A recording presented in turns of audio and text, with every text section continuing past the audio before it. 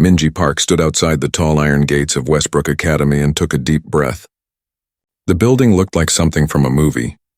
Wide stone steps led to massive wooden doors. Perfect green lawns stretched on both sides. She looked down at her uniform. The skirt was a little too long. Her mother had bought it secondhand and hemmed it herself. The white shirt was crisp and clean, but the collar was slightly worn. Minji pulled her backpack higher on her shoulder. It was her old backpack from middle school, covered with patches to hide the tears. She was 16 years old, and this was her first day at one of the best private schools in the state. She had won a full scholarship because of her grades. Her parents had cried when they got the letter. Her mother cleaned houses for a living. Her father worked long shifts at a factory. They had come to America from Korea 12 years ago with almost nothing. This scholarship was everything they had hoped for. Minji walked through the gates and followed other students toward the main building. Most of them wore new uniforms that fit perfectly. They carried expensive leather bags. Some had the latest phones in their hands. They talked and laughed with each other like they belonged here. Minji felt invisible. Her first class was English. Room 204. She found it easily and walked in. The classroom was beautiful. Tall windows let in bright morning light. Wooden desks were arranged in neat rows. At the front stood a woman in her 50s. She wore a blue cardigan and had her gray hair pulled back in a tight bun. Her face was stern. "Good morning," the woman said as students settled into their seats. "I am Mrs. Whitmore. I have been teaching English at Westbrook Academy for 28 years. I expect excellence from all my students." Minji sat near the back and took out her notebook. She loved English class. She loved reading and writing. This was going to be good. Mrs. Whitmore took attendance. She went through the names smoothly until she reached Minji's name on the list. She paused. She looked up and scanned the room. "Minji Parku," she said, pronouncing it wrong. "It's Minji Park," Minji said quietly, trying to help. Mrs. Whitmore frowned. "That's what I said. Although you might consider using an easier name, something simpler for your teachers and classmates to remember. We had a student from China a few years ago who went by Jennifer. That worked much better." Heat rushed to Minji's face. Around her, students shifted in their seats. A few looked uncomfortable. Most looked down at their desks. No one said anything. "I prefer my own name, Mrs. Whitmore," Minji said softly. Mrs. Whitmore's eyes narrowed slightly. She looked at Minji for a long moment. Her gaze moved from Minji's face to her worn backpack on the floor. Something changed in her expression. It was cold. "Very well," Mrs. Whitmore said. She made a mark in her book and continued with attendance. The class went on. Mrs. Whitmore talked about the books they would read that semester. She assigned homework. The students would write a 2-page essay about their favorite book and why it mattered to them. It was due in 3 days. Minji loved this kind of assignment. She went home that afternoon to the small apartment her family rented. It was in an older building across town. She helped her mother prepare dinner. They made kimchi jjigae and rice. Her father came home tired from the factory. They ate together at the small kitchen table. Minji did not tell them about Mrs. Whitmore. They had sacrificed so much for this opportunity. She did not want them to worry. After dinner, she cleared the table and spread out her homework. While her mother mended clothes for extra money, Minji worked on her essay. She wrote about To Kill a Mockingbird and how it taught her about standing up for what was right, even when it was hard. She worked carefully. She checked her grammar 3 times. She made sure every word was perfect. She wanted to prove that she belonged at Westbrook Academy. 3 days later, she turned in her essay. Mrs. Whitmore collected them from all the students. The next week, she handed them back. Most students got their papers with grades written in red pen. Some had comments. Minji waited for hers. Mrs. Whitmore stopped at Minji's desk. She placed the essay down. There was no grade on it, just a note that said, "See me after class." Minji's stomach tightened. She had never gotten in trouble before. What had she done wrong? When the bell rang, the other students left. Minji walked to Mrs. Whitmore's desk. The teacher was sitting down looking at Minji's essay. "Miss Park," she said, not looking up. "This essay is very well written." Minji felt relief wash over her. "Thank you, Mrs. Whitmore." "Too well written," Mrs. Whitmore continued. Now she looked up. Her eyes were sharp. "I don't believe you wrote this yourself." The words hit Minji like a slap. "What? I did write it. I spent hours on it." "Students like you often take shortcuts," Mrs. Whitmore said. Her voice was calm but cutting. You want to succeed so badly that you forget about honesty. Perhaps you copied it from the internet. Perhaps someone else wrote it for you. Either way, this is not acceptable. Mrs. Whitmore, I promise I wrote every word, Minji said. Her voice shook. I can prove it. I have my notes at home. I can show you my drafts. Mrs. Whitmore stood up. You will rewrite this essay during lunch today, in this classroom, under my supervision. If you truly wrote it yourself, you should have no problem writing something similar again. Minji wanted to argue. She wanted to demand fairness. But she was just a scholarship student on her first week. Mrs. Whitmore was a teacher with almost 30 years at this school. Who would they believe? Yes, Mrs. Whitmore, she said quietly. At lunch, while other students ate in the cafeteria, Minji sat in the empty classroom. Mrs. Whitmore sat at her desk, grading papers. Minji wrote the essay again. She wrote about the same book. She made similar points. Her hands shook with anger and humiliation. After 45 minutes, she finished. She handed it to Mrs. Whitmore.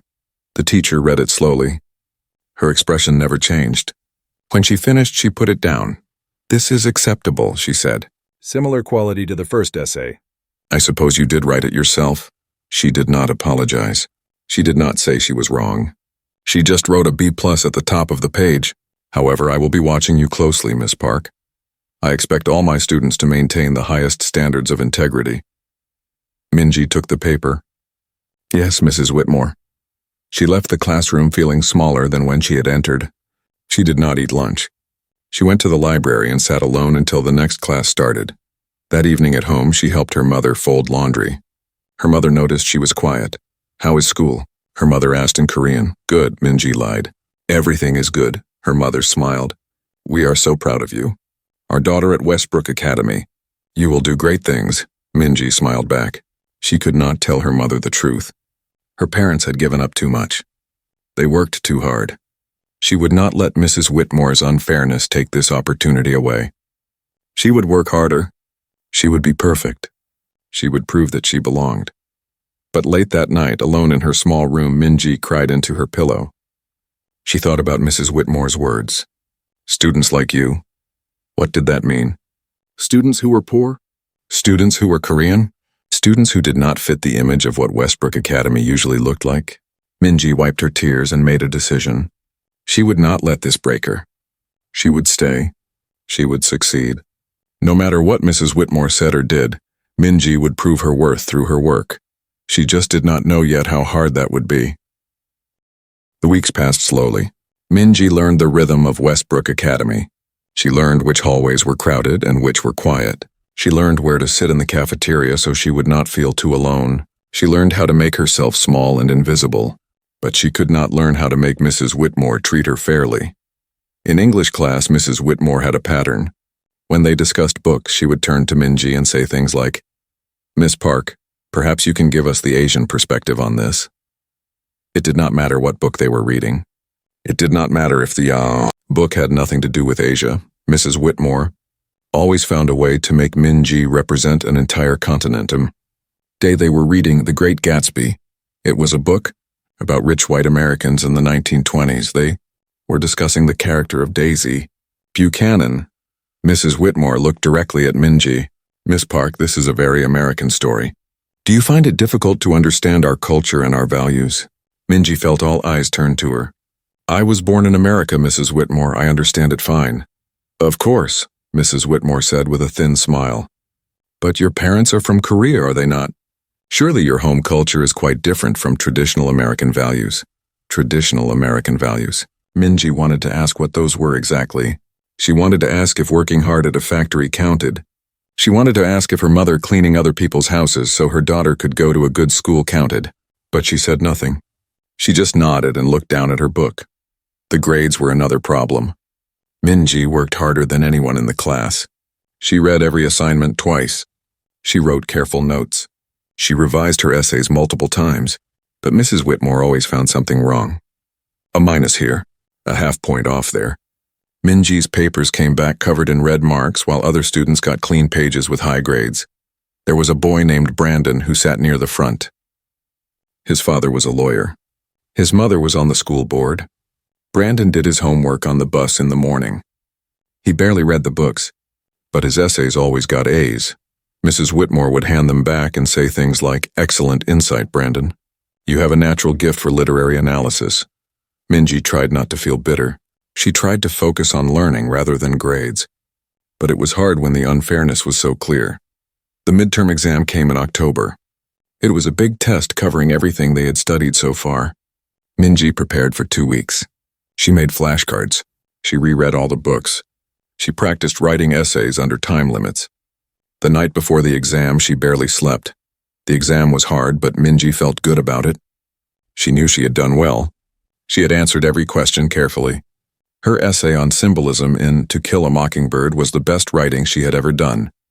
2 weeks later, Mrs. Whitmore handed back the exams. She went through the room, placing papers face down on each desk. When she got to Minji, she paused. She placed the exam down and said, "See me after class, Miss Park." Minji's heart sank. Not again. She turned over her exam. At the top in red pen was a 98. She had gotten the highest score in the class.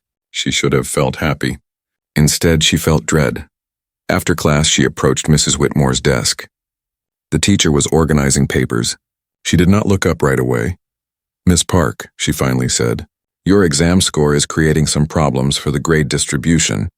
The curve will be quite steep with your score at the top." Minji did not understand. "I'm sorry, Mrs. Whitmore, I don't know what that means." Mrs. Whitmore looked at her with an expression Minji could not read. "It means your performance is unusual, statistically unlikely given your background and previous grades. But you've been grading me harder than everyone else," Minji said before she could stop herself. The temperature in the room seemed to drop. Mrs. Whitmore's face went cold. "I grade all students fairly based on the quality of their work. If you are suggesting otherwise, that is a serious accusation."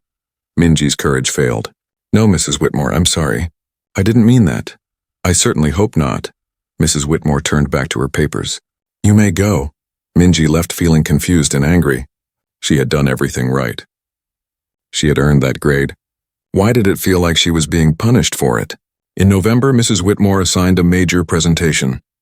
Each student would choose an American classic novel and present an analysis to the class. It was worth 20% of their grade. Minji chose The Great Gatsby again. She loved that book despite Mrs. Whitmore's comments. She spent 3 weeks preparing. She made detailed notes. She created handouts for the class. She practiced her presentation until she could do it perfectly. The day of her presentation, Minji was nervous but ready. She stood at the front of the class and began. She talked about the symbolism of the green light. She discussed the theme of the American dream and how it related to immigrant experiences. She explained how Gatsby's hope and tragedy reflected universal human desires. She was only 5 minutes into her presentation when Mrs. Whitmore interrupted her. "Miss Park, you're pronouncing Daisy incorrectly." "It's Daisy, not Deasy." Minji stopped. I said Daisy, Mrs. Whitmore." "No, you didn't." "Please continue, but do try to speak more clearly." Minji continued, but now she was self-conscious about every word. 2 minutes later, Mrs. Whitmore interrupted again. "The word is society, not society. Pronunciation matters, Miss Park." Minji had pronounced it correctly. She knew she had, but she just nodded and continued. By the third interruption, her hands were shaking. Other students looked uncomfortable. One girl near the front, Jessica Chen, was frowning at Mrs. Whitmore. When Minji finished, Mrs. Whitmore sat back in her chair. "That was adequate. Though perhaps you should stick to topics more familiar to your background in the future. The American dream is a complex concept that requires deep cultural understanding. Your perspective, while interesting, lacks the nuance that comes from truly living within American society." Minji wanted to scream. She wanted to say that she had lived in America for 12 years. She wanted to say that her parents chasing a better life was the American dream. She wanted to say that Mrs. Whitmore's America was not the only America, but she just said thank you, Mrs. Whitmore, and sat down. After class, Jessica approached her in the hallway. Jessica was also Korean American, but her family was wealthy. Her father was a doctor. They lived in the nicest part of town. Jessica had gone to Westbrook Academy since kindergarten. "That was really unfair," Jessica said quietly. "Your presentation was better than anyone else's." Minji shrugged. It's fine. It's not fine. She does this every year. My older brother had her. She was the same way with him. There's nothing I can do about it, Minji said. Jessica looked around to make sure no one else was listening. My brother reported her once. Nothing happened. She has tenure. She's been here forever. The school protects her. Then why are you telling me this? Minji asked. Because you should know you're not crazy. You're not imagining it. She really is treating you unfairly. Jessica touched Minji's arm. And because you shouldn't have to deal with this alone. Those words meant more than Jessica probably knew. Minji had felt so alone since starting at Westbrook. Now at least one person saw what was happening. Thank you, Minji said. That night Minji started a journal. She wrote down everything that had happened with Mrs. Whitmore. The accusation of plagiarism. The constant interruptions. The lower grades for better work. The comments about her background. She wrote it all down with dates and details. She did not know why she was doing it. Maybe just to prove to herself that it was real. The next month, the school announced an essay contest. The topic was What America Means to Me. The winner would receive a $5,000 scholarship. Minji needed that money. Her parents would never say it, but she knew things were tight. Her father's factory had cut overtime. Her mother's back hurt from all the cleaning, but she would not stop working. Minji wrote an essay about her parents. She wrote about her mother learning English from children's books. She wrote about her father's calloused hands. She wrote about what it meant to be the child of immigrants carrying their hopes and dreams. She wrote about belonging to two worlds and being told she did not fully belong to either. It was the most honest thing she had ever written. She turned it in to Mrs. Whitmore, who was collecting essays for the contest. Mrs. Whitmore took it without looking at it and placed it in a folder. 2 weeks later, the school announced the contest winner. It was Brandon, the boy who did his homework on the bus. His essay was about how America meant freedom and opportunity. It was fine. It was safe. It was forgettable. Minji was disappointed but not surprised. She had not expected to win. But at least she had tried. Then, a week after that, the contest coordinator made an announcement. There had been some confusion. Some essays had not been properly submitted. If any student had turned in an essay but did not see their name on the submission list, they should speak up. Minji checked the list. Her name was not there. She went to Mrs. Whitmore after class. Mrs. Whitmore, I turned in an essay for the contest, but my name isn't on the list. Mrs. Whitmore looked through her papers. I have no record of receiving an essay from you, Miss Park. The deadline has passed. I'm sorry, but I gave it to you. I handed it directly to you. Mrs. Whitmore's face was blank. I'm afraid you're mistaken. If you had submitted an essay, it would be here. Perhaps you only thought about submitting it and forgot to actually do so. Minji stood there stunned. She knew she had turned it in. She remembered doing it. But she had no proof. No one had seen her hand it over. It was her word against Mrs. Whitmore's. Is there anything else, Miss Park? Mrs. Whitmore asked. No, Mrs. Whitmore, Minji said quietly. She left the classroom and went to the bathroom. She locked herself in a stall and cried. She cried for the lost scholarship. She cried for her parents who would never know how hard she was trying. She cried because she felt powerless and small and so very tired. That was where Jessica found her 10 minutes later. Jessica heard the crying and knocked on the stall door. Minji, is that you? Minji wiped her face and came out. Jessica took one look at her and understood something was very wrong. What happened? Minji told her everything. About the lost essay. About all of it. Jessica listened, getting angrier with each detail. That's it, Jessica said. We're going to the principal. This has to stop. It won't help, Minji said. We have to try, so they did. They went to Principal Anderson's office. He was a kind-looking man in his 50s. He listened carefully as Minji explained what had been happening. Jessica added her own observations.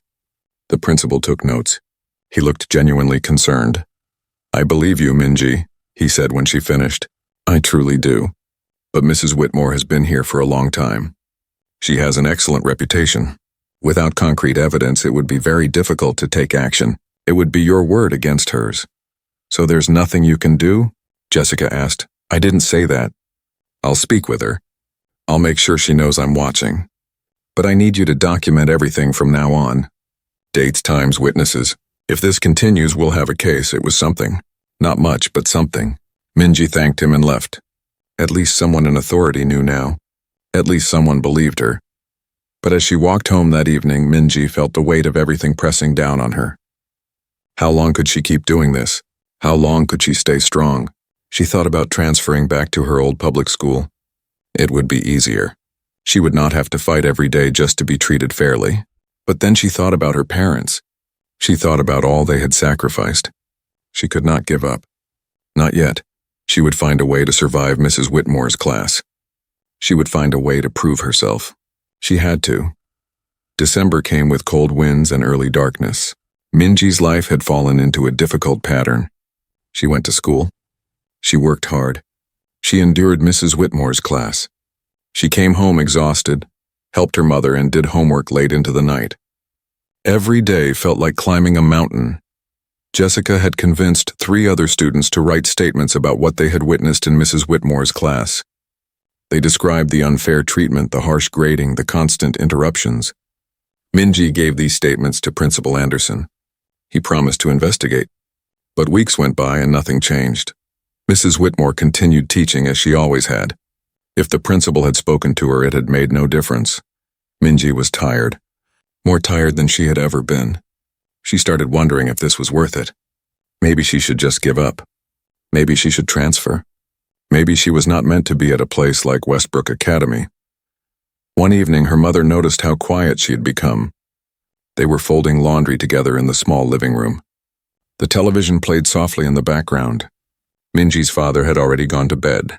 He had worked a double shift. "You are unhappy," her mother said in Korean. It was not a question. Minji tried to smile. "I'm just tired, Yama." Her mother put down the shirt she was folding. She looked at Minji with eyes that saw everything. "Tell me the truth." So Minji did. She told her mother everything. About Mrs. Whitmore, about the plagiarism accusation, about the lost essay, about feeling like she did not belong. The words poured out like water breaking through a dam. When she finished, she was crying again. Her mother pulled her close. She stroked Minji's hair the way she had when Minji was small. "This teacher is wrong," her mother said firmly. "But you are strong, stronger than her hate." "I don't feel strong," Minji whispered. "Strong people never do. They just keep going." Her mother pulled back and looked into Minji's eyes. "When I first came to America, a woman I cleaned house for told me to go back to my country. She said I was stealing American jobs. I cried all the way home on the bus that day. Your father said maybe we should leave. Maybe we made a mistake coming here." "What did you do?" Minji asked. "I went back the next day. I cleaned her house better than it had ever been cleaned. I showed her with my work that I belonged here too. Not because she deserved my best, because I deserved to prove my worth to myself." Her mother touched Minji's cheek. "Do not let this teacher steal your future. Do not let her hate make you small." Minji nodded. Her mother's words gave her something she had been missing. Not happiness, but purpose. She would not quit. She would stay and she would succeed. Not to prove anything to Mrs. Whitmore, to prove it to herself. The next day at school, something unexpected happened. During second period, the principal's voice came over the loudspeaker. He announced that Mrs. Whitmore's mother had been hospitalized. She would be taking some personal time to deal with a family emergency. A substitute teacher would take over her classes. Minji felt a strange mix of emotions. Relief that she would not have to face Mrs. Whitmore for a while. But also something else. Something like concern. She pushed that feeling away. Why should she care about Mrs. Whitmore's problems? The substitute teacher was young and kind. Class became enjoyable again. But Minji could not stop thinking about Mrs. Whitmore. What kind of emergency was it? Was her mother very sick? 3 days later, Mrs. Whitmore returned. She looked different. Her usually perfect appearance was slightly off. Her hair was not as neat. Her clothes looked wrinkled. There were dark circles under her eyes. During class, she was quieter than usual. She taught the lesson, but without her usual sharp energy. At the end of class, she dismissed everyone early. Most students rushed out, happy for the extra free time. Minji was packing her bag when she heard a sound. She looked up. Mrs. Whitmore was sitting at her desk with her face in her hands. Her shoulders were shaking. She was crying. Minji froze. She should leave. She should just walk out and pretend she had not seen this. Mrs. Whitmore had made her life miserable. She did not deserve Minji's sympathy, but Minji's feet would not move. There was something heartbreaking about seeing this strong, stern woman fall apart.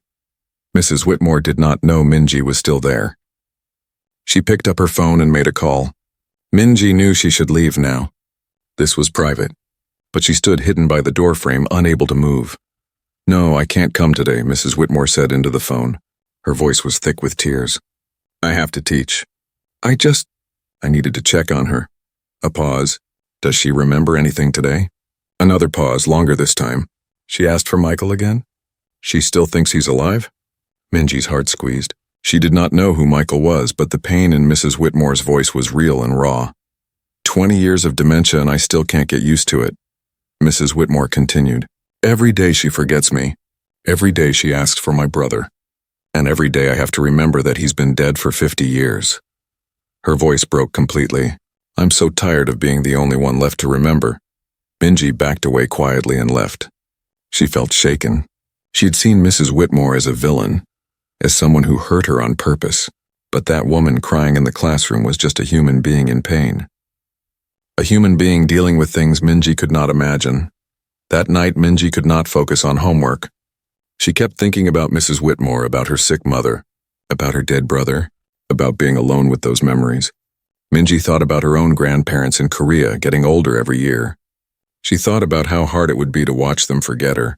She did something she had not planned to do. She started researching dementia caregiving. She read about what families went through. She read about the grief of watching someone you love slowly disappear.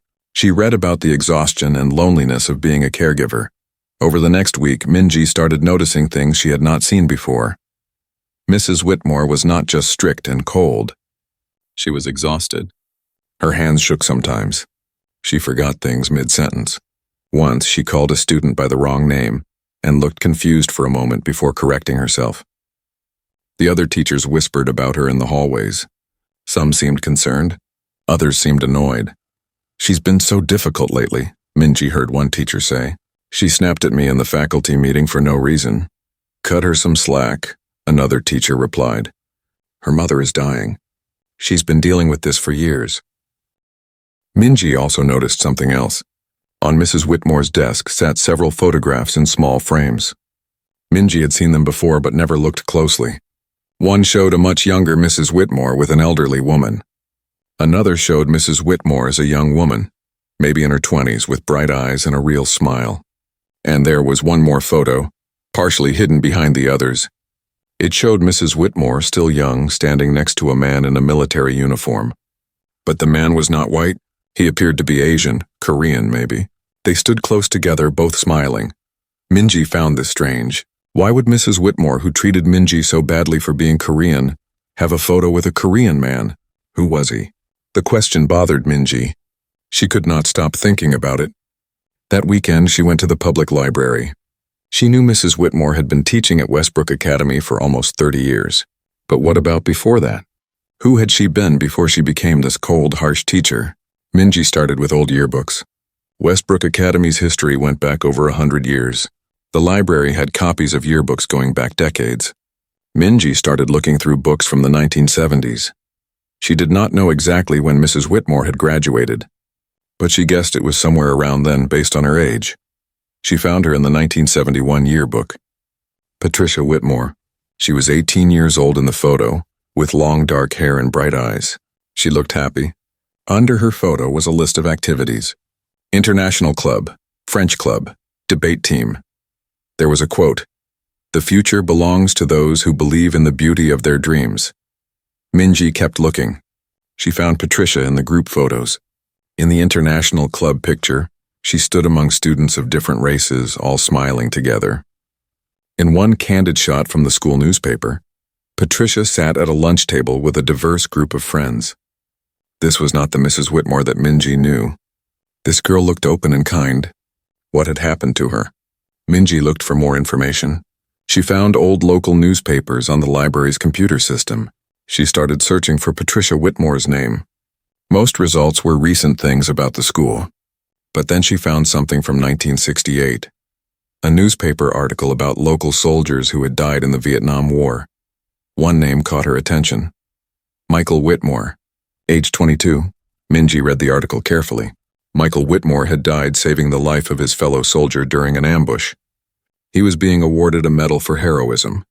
The article mentioned his family, his parents, and his younger sister, Patricia, age 16. So that was who Mrs. Whitmore had been crying about on the phone. Her brother. He had died in Vietnam 50 years ago, but she still grieved for him. Minji felt a pang of sympathy. She could not imagine losing a sibling that way. But the article mentioned something else. Michael's best friend, the soldier whose life he had saved, was named James Kim, a Korean-American soldier. The article said James Kim spoke at Michael's funeral about their friendship and how Michael had been like a brother to him. James Kim. Minji thought about the photograph on Mrs. Whitmore's desk. The young Patricia Whitmore with the Asian man in a military uniform. Could it be the same person? Minji kept searching. She found another article from 1972. This one was from the society pages of the local newspaper. It was about a young couple who had announced their engagement. Patricia Whitmore, 19, and James Kim, 24. The article was brief, but it mentioned that James was a Korean-American war veteran. Patricia was studying to be a teacher. Minji sat back in her chair, shocked. Mrs. Whitmore had been engaged to a Korean man. The same Korean man her brother had died saving. But if they were engaged in 1972, what had happened? Why did Mrs. Whitmore not marry him? And why was she now so cold to Korean students? Minji searched for more information. She found a few more mentions of James Kim in local records. He had lived in the area for a few years after the war. He worked at a veterans center. Then suddenly there was nothing. He disappeared from the records. Minji searched his name in other states and finally found what she was looking for, an obituary from 10 years ago. James Kim had died in Oregon alone at age 62. He had never married. He had no children. The obituary was short and sad. Minji felt like she was putting together pieces of a puzzle, but she did not understand the full picture yet. Mrs. Whitmore had been engaged to James Kim. Something had happened. The engagement ended. James moved away and never married. And Patricia Whitmore became bitter and cold, especially toward students who looked like the man she had once loved. Minji needed to know more. She searched for anything about why the engagement might have ended. She found an article from 1972 in a different newspaper. It was about mixed-race couples facing discrimination in conservative communities. The article mentioned several couples by name. One of them was Patricia Whitmore and James Kim. The article described protests at the church where they planned to marry. It described family members who refused to attend. It described threats they had received.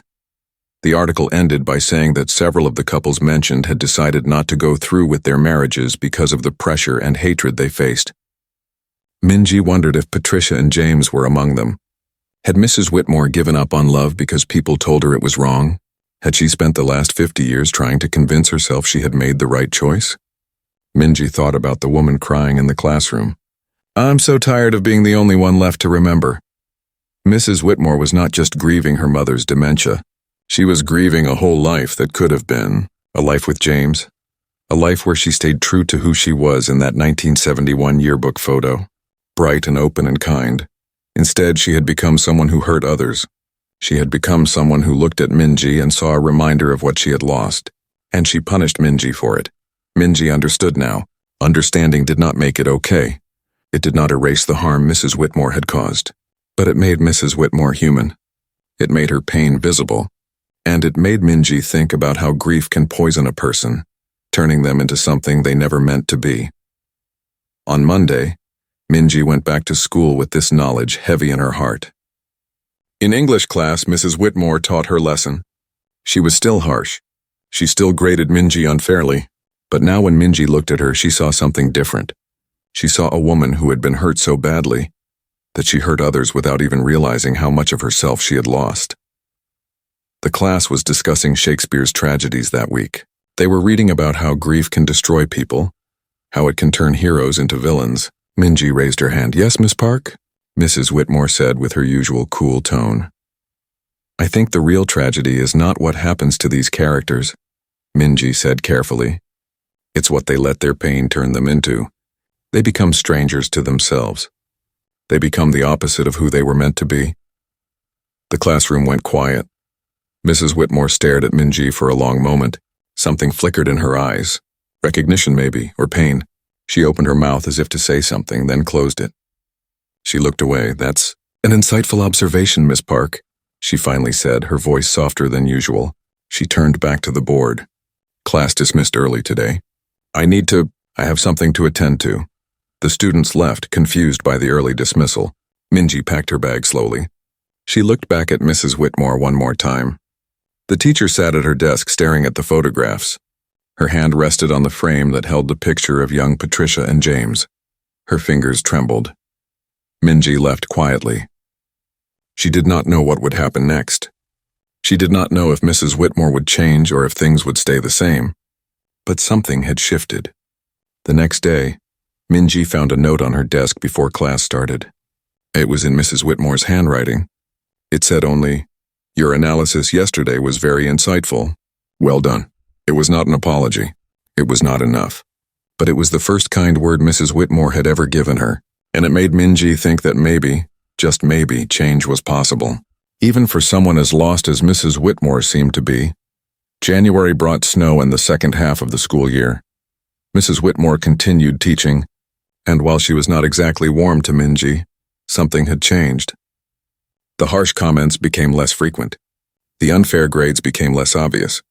It was still not equal treatment, but it was better. Minji wondered if her comment about Shakespeare's tragedies had affected Mrs. Whitmore more than she showed. In early February, Mrs. Whitmore made an announcement that changed everything. She stood at the front of the class and explained the final project for the year.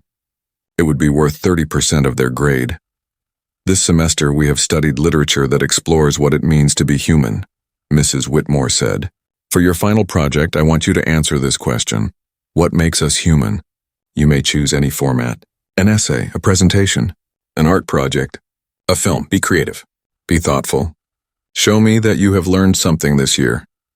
The project would be due at the end of May on the last day of school. Students would present them over the final week of classes.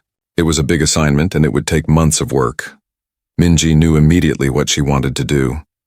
She wanted to create something about empathy, about understanding people even when they hurt you, about seeing the humanity in everyone, even those who seem cruel. She started planning her project. She would create a multimedia presentation. She would use photos, interviews, and historical research. She would talk about her own experiences with discrimination. She would talk about how pain can change people. She would talk about the choice everyone has to either let pain close their hearts or open them wider. As part of her research, Minji went back to the library. She wanted to learn more about Mrs. Whitmore's past. She had found information about Michael and James, but there were still missing pieces. What exactly had happened to end the engagement? Why had James left town? What had turned young Patricia into the bitter Mrs. Whitmore? Minji spent hours going through old newspapers and records. She found more articles about opposition to mixed-race marriages in the early 1970s. The local community had been very conservative. Many people had strong opinions about who should marry whom. She found letters to the editor in old newspapers, people writing angry words about couples like Patricia and James. Then she found something that made her breath catch.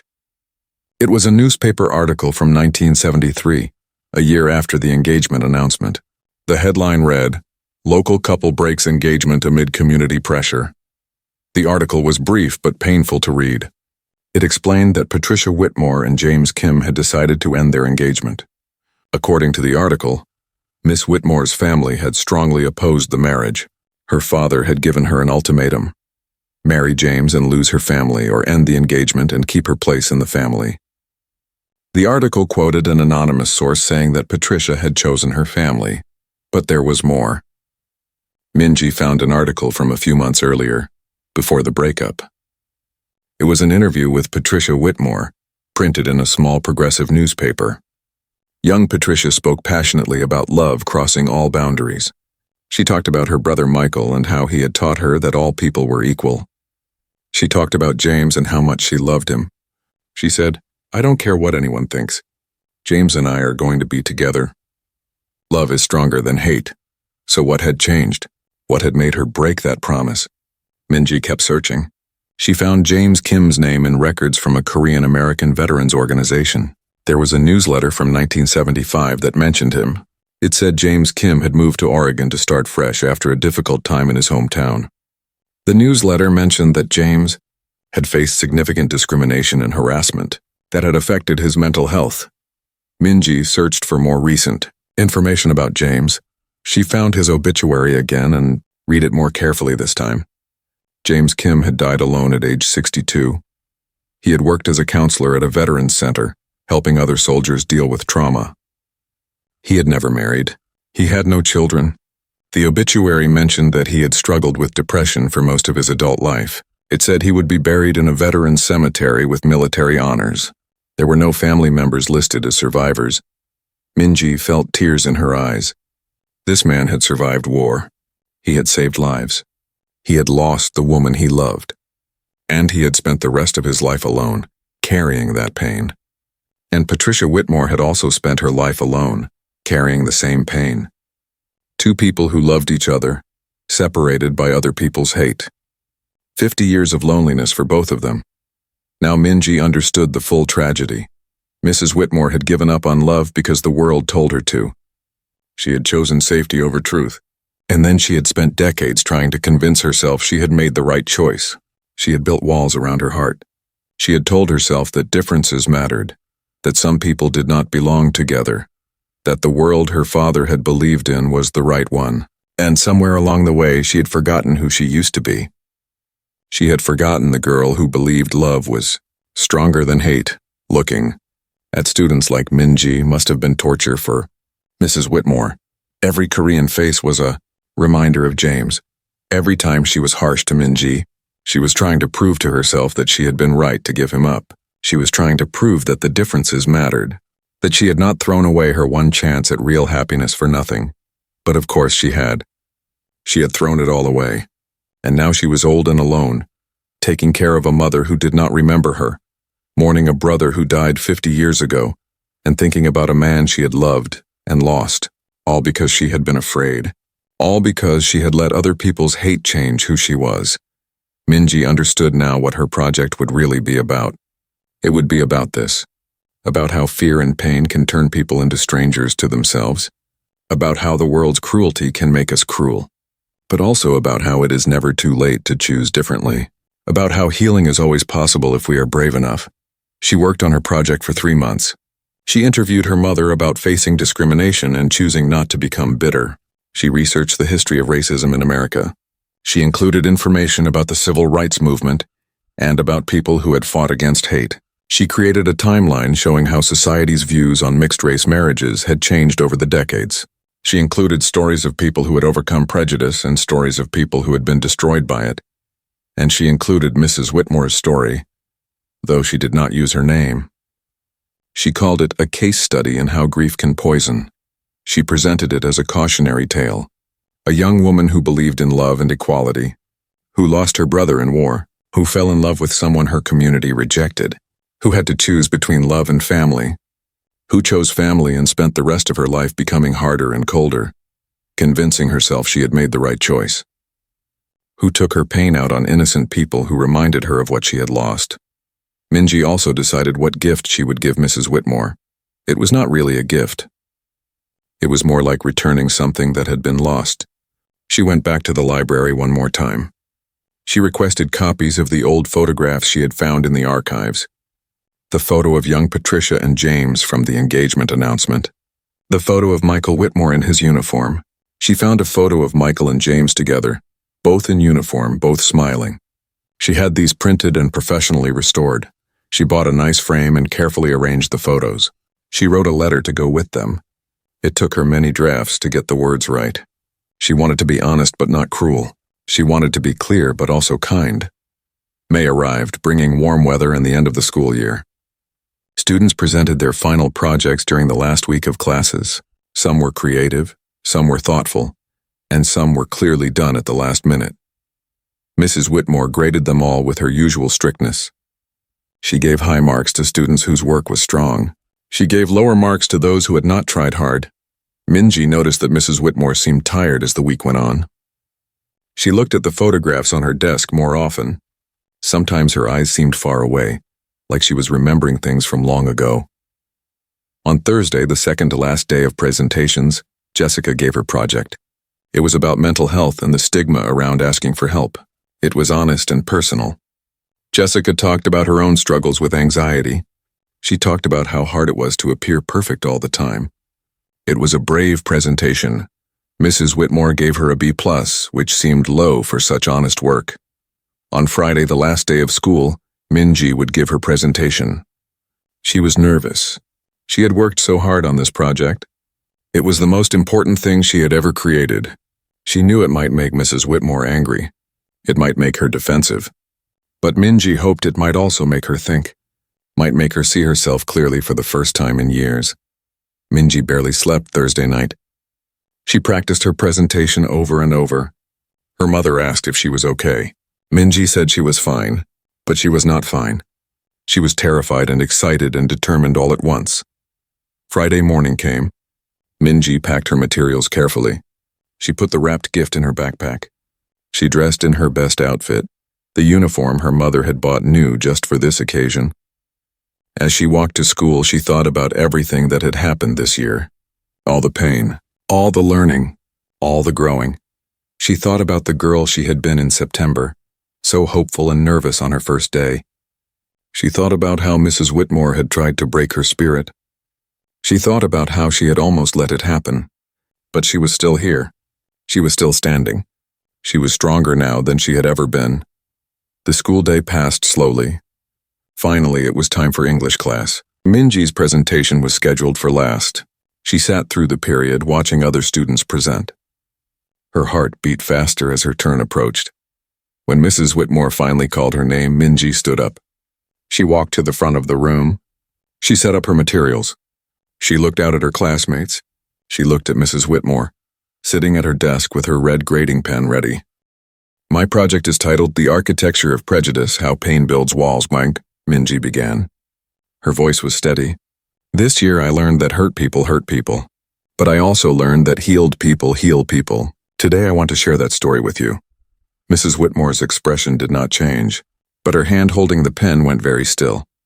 Minji took a deep breath and continued. She had so much to say, and this was her chance to say it. For the next 20 minutes, she would tell the truth. All of it. And she would watch what happened when truth met pain, when understanding met bitterness, when a student taught a teacher the hardest lesson of all. The lesson that it is never too late to choose love over fear, never too late to become who you were meant to be, never too late to heal. Minji stood at the front of the classroom and began her presentation. She had set up a laptop connected to the projector. Images appeared on the screen behind her as she spoke. The first image was of her mother, cleaning a house, looking tired but determined. "This is my mother," Minji said. "She cleans houses for a living. When she first came to America, a woman told her to go back to her own country. She told my mother that she was stealing jobs from real Americans. My mother came home crying that day, but the next day she went back. She cleaned that woman's house better than it had ever been cleaned, not because the woman deserved it, but because my mother deserved to prove to herself that she belonged." Minji clicked to the next slide. It showed a simple definition. Prejudice, an unfair feeling of dislike for a person or group because of race, sex, religion, or other characteristics. "We all know what prejudice is," Minji continued. "We learn about it in history class. We learn about the civil rights movement. We learn that racism is bad. But what we do not always learn is why prejudice exists. Where does it come from? How does it start?" She showed the next slide. It was a diagram showing different sources of prejudice: fear, ignorance, pain, social pressure, family beliefs. "Prejudice has many sources," Minji said. "Sometimes people are prejudiced because they do not know better. They grew up in families and communities that taught them to fear differences. Sometimes prejudice comes from pain. When people are hurt, they sometimes look for someone to blame. They build walls to protect themselves, and sometimes those walls become prisons." Mrs. Whitmore shifted in her seat. Her face showed no emotion, but her knuckles were white where she gripped her pen. Several students glanced at her, then back at Minji. The room was very quiet. Minji moved to the next part of her presentation. "This year I experienced prejudice firsthand. I was accused of cheating when I did my own work. I was told I would not understand American culture even though I was born here. I watched other students get praise for work that was less good than mine. I had my essay stolen so I could not compete for a scholarship my family needed." The classroom was completely silent now. Everyone knew Minji was talking about Mrs. Whitmore, even though she did not say the name. Jessica sat forward in her seat, watching intently. Brandon, the boy who always got A's, looked uncomfortable. Mrs. Whitmore's face had gone very pale. At first I was angry, Minji continued. I thought the person treating me this way was simply cruel, simply racist, simply bad. But then I learned something important. I learned about trauma and grief. I learned about how pain can change people into someone they never meant to be. Minji showed the next slide. It was about the Vietnam War, about soldiers who went to fight, about families who lost their sons and brothers. Many American soldiers fought in the Vietnam War, Minji explained. Some died. The families left behind carried that grief forever. Grief is a powerful thing. It can make people see the world differently. Sometimes grief makes people close their hearts. They build walls to protect themselves from more pain, but those walls can trap them. They can turn them bitter and cold. Mrs. Whitmore's hand began to shake. The pen fell from her fingers and rolled across the desk. She did not pick it up. Her eyes were fixed on the screen, where images of soldiers in uniform appeared. Among them was a photo of young men arm in arm, smiling despite the war around them. The image showed the friendship that could exist even in terrible times. After war, some soldiers came home changed, Minji continued. They had seen death. They had made friends in impossible places. Some had saved each other's lives. These bonds were strong, but when they came home, they faced a different kind of battle. They faced a country that was divided, that had strong opinions about who belonged and who did not. Minji clicked to show information about mixed-race couples in the 1970s, about the discrimination they faced, about communities that rejected them, about families that had to choose between love and acceptance. In the 1970s, many places in America did not accept relationships between people of different races, Minji said. Mixed couples faced protests. They faced threats. They faced pressure from their own families. Some couples were brave enough to stay together despite this, but some were not. Some chose safety over love. They thought they were making the right choice. They thought the pain of giving up love would be less than the pain of fighting against the world. A slide appeared showing newspaper headlines from that era. Articles about mixed-race marriages. Opinion pieces arguing for and against them. Minji saw Mrs. Whitmore lean forward, squinting at the screen. Her face showed recognition. But here is what those people did not know, Minji said, her voice gentle but firm. The pain of giving up love does not go away. It stays, it grows. It changes you. Year after year, you try to convince yourself you made the right choice. You tell yourself the differences mattered. You tell yourself it was for the best. But deep down, you know the truth. You gave up the most important thing for the wrong reasons, and that knowledge poisons everything. Mrs. Whitmore stood up suddenly. Her chair scraped loudly against the floor. Everyone turned to look at her. She stood there trembling, staring at Minji.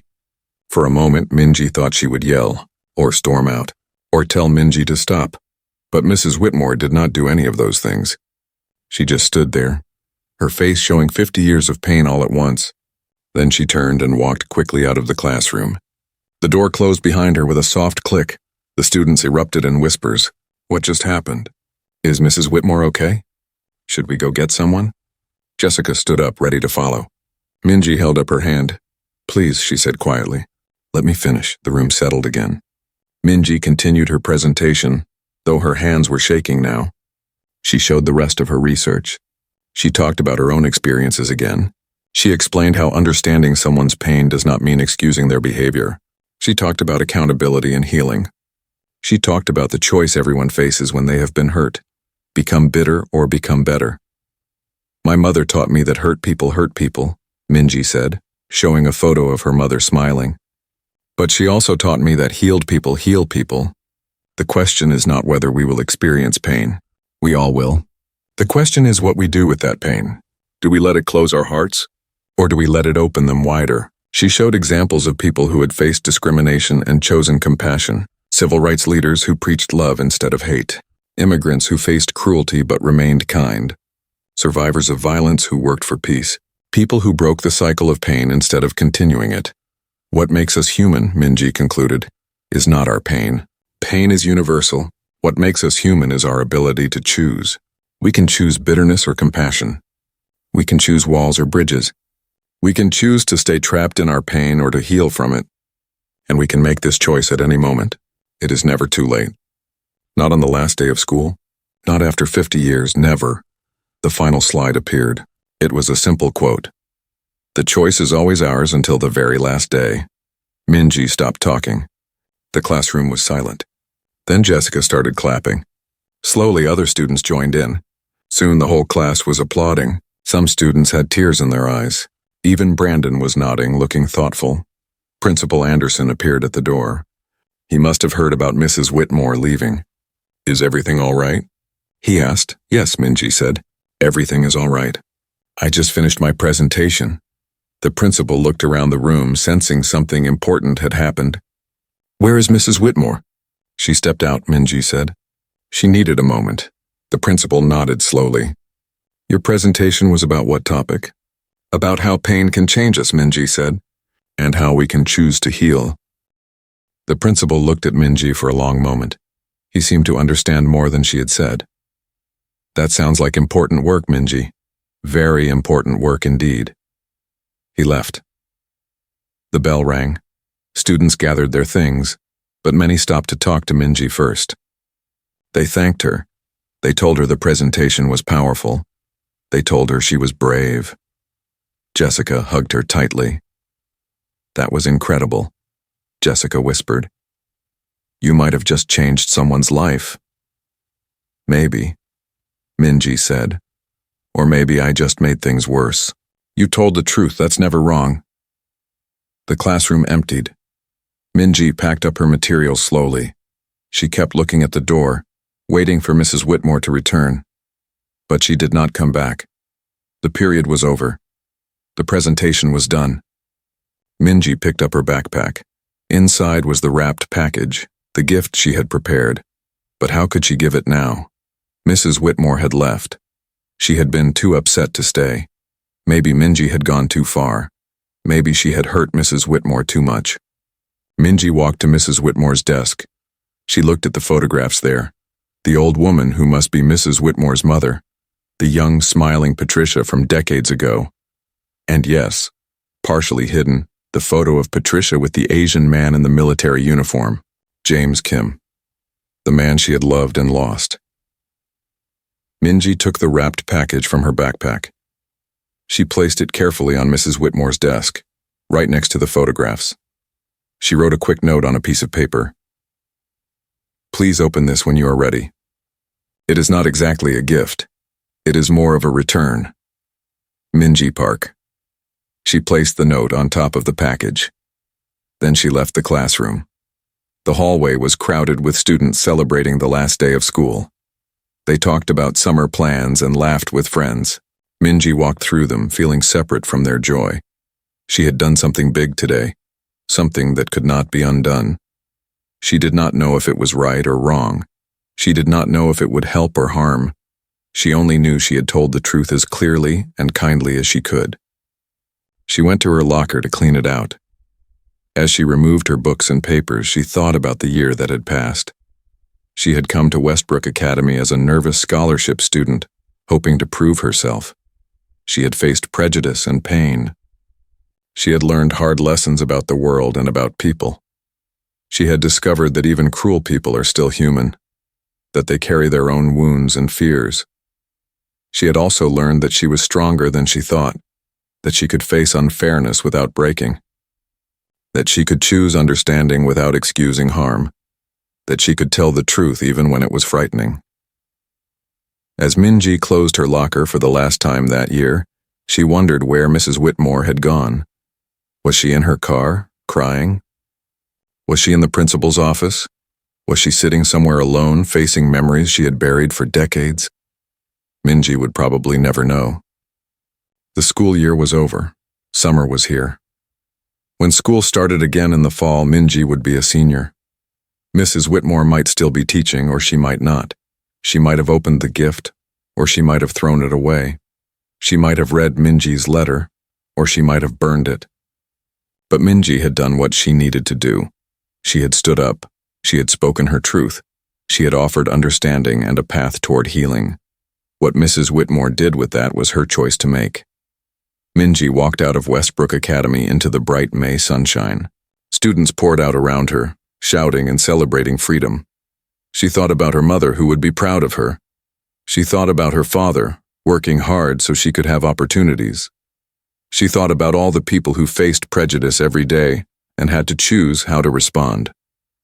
And she thought about Mrs. Whitmore somewhere in this building or maybe already gone, holding or not holding a gift from a student she had tried to break, but who had refused to be broken. A gift that said, "It is never too late. You can still choose differently. You can still become who you were meant to be." Minji walked toward the bus stop ready to go home. She did not know what would happen next, but she knew she had done something true and brave, and that was enough. For now, that was enough.